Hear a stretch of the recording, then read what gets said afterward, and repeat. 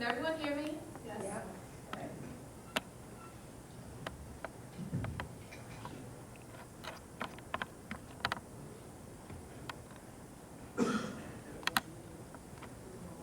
So when the idea of traveling to Liberia this summer was first proposed, I have to admit that I was skeptical. Did I really want to spend 2 weeks in this distant, unfamiliar country that I really didn't know much about? Not to mention, Liberia is still in the process of recovering from a civil war. And even more recently, the country had been struck by the deadly Ebola outbreak, both of which aren't exactly ideal for traveling. But in August of 2013, news spread across the globe that all 25,000 applicants who had applied for the entrance exam for the University of Liberia that year had failed. All 25,000. So we knew that something had to be done to help the country's failing education system. We came up with a plan, and the four of us, Amy, Edward, Alison, and myself, booked our tickets to Liberia as soon as the country had been declared Ebola-free in May of this year.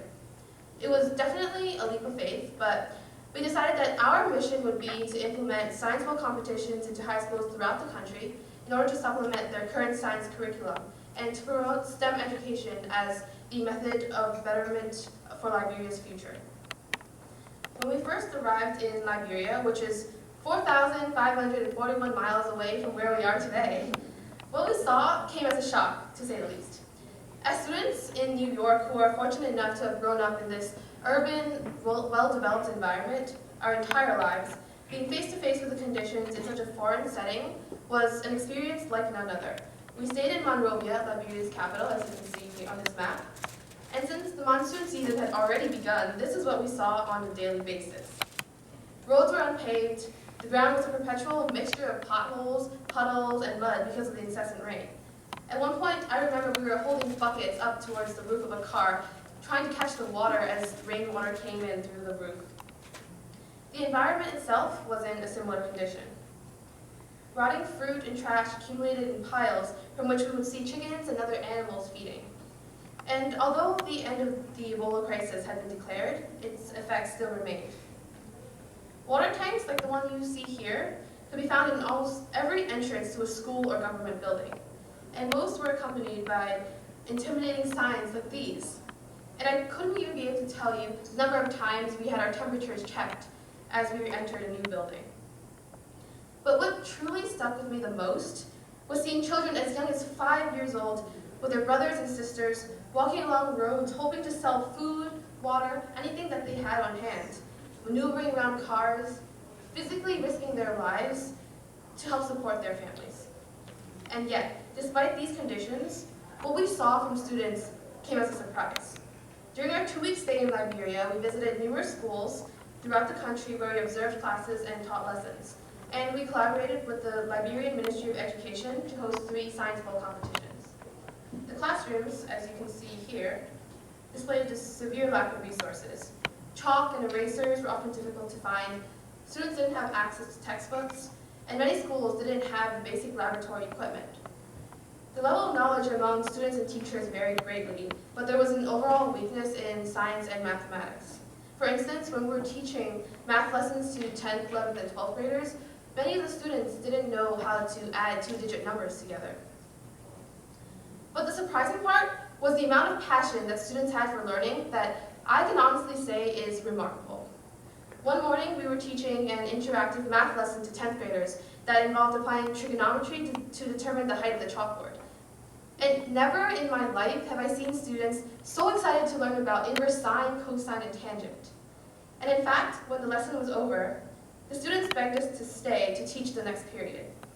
And it was this kind of genuine interest, this self-motivation coming from students who face adversity in nearly every aspect of their lives that amazed me time and time again, from classroom to classroom, from school to school. And this was true not only in high schools, but in middle schools and primary schools as well. We visited a primary school outside Monrovia that was built to prevent children from roaming the streets during the day. Children aged 3 and up were crowded into small makeshift rooms under unfinished frames, and we saw the same trends that we had seen in the high schools. Although there were little to no resources available, students were highly committed to education. In a first grade class, we said to the students, "Raise your hand if you want to become a doctor." And this was the response that we received. It was an overwhelming majority. We did this again and again in classroom after classroom, and the response was always the same. And when we surveyed students in the upper grades about what they wanted to be in the future, we received answers like geologist, petroleum engineer, environmental chemist, industrial chemist, medical doctor. So if all of these students have such high aspirations, then why is it that their aspirations aren't fulfilled? Why are the students' potentials not fully utilized? And why is it that STEM education isn't more highly emphasized in schools throughout the country? So our attempt to bring science education to the forefront was through the implementation of Science Bowl, which is a quizzing-style competition that involves 2 teams of 4 students each that compete against each other to answer questions in various fields like biology, chemistry, physics, and mathematics. We organized tournaments in 3 locations. One was in Monrovia, where we were staying, and the other 2 were in Sanokwili and Ganta, which are 2 cities in inner Liberia. The winning school of each competition, as well as 7 other schools, received buzzer systems and a laboratory kit that each contained a laptop and probes. And we showed how to use these probes at a teacher training workshop that we held at the Ministry of Education. The probes allow for over 600 hands-on experiments, and this is the type of interactive stimulation that we truly believe is essential to engage students in scientific learning. During the tournaments themselves, we observed that the participants had an overall difficulty in answering math questions, just as we had seen while we were observing in classrooms. In all 3 competitions, no team was able to answer this probability question correctly. If a fair die is tossed twice, what is the probability that a 6 is rolled both times? We also noted that students had trouble answering questions related to the transmission of Ebola, which was a bit surprising considering that so much attention had been given to this epidemic in the past year. But the frustration we saw from students when they answered correctly, the frantic scribbling of numbers and letters during bonus questions, and the strategizing huddles that occurred during breaks was evidence that our mission to promote STEM education was headed in the right direction.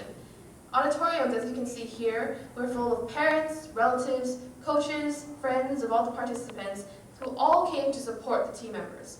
And they were all actively engaged in the tournaments, as they watched in anticipation during semifinal and final rounds, bursting into applause when the winners were announced.